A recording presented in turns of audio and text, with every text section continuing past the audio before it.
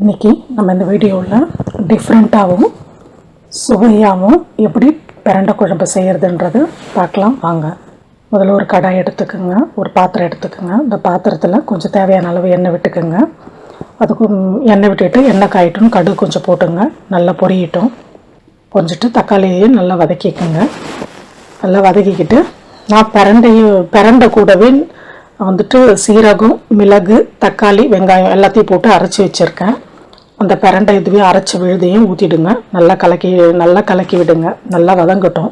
நல்லா வதங்கிட்டோன்னா புளி கரைசல் கொஞ்சம் நான் கரைச்சி எடுத்து வச்சுருக்கேன். அது ஒரு பக்கம் வடிகட்டி வச்சுக்கோங்க. அப்புறம் இந்த குழம்புக்கு தேவையான மிளகுத்தூள், மஞ்சள் தூள், மிளகாத்தூள், உப்பு எல்லாமே உங்களுக்கு தேவையான அளவு எடுத்து வச்சுக்கோங்க. போடுங்க.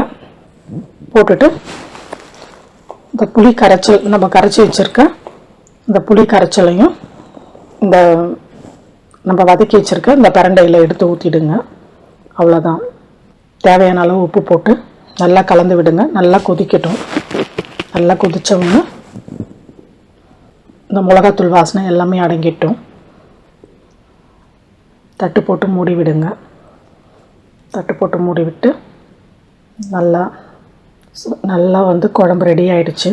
கொத்தமல்லி இதழ்களை தூவிட்டு இறக்கிடுங்க. டேஸ்டியான ஒரு பிரண்டை குழம்பு ரெடி.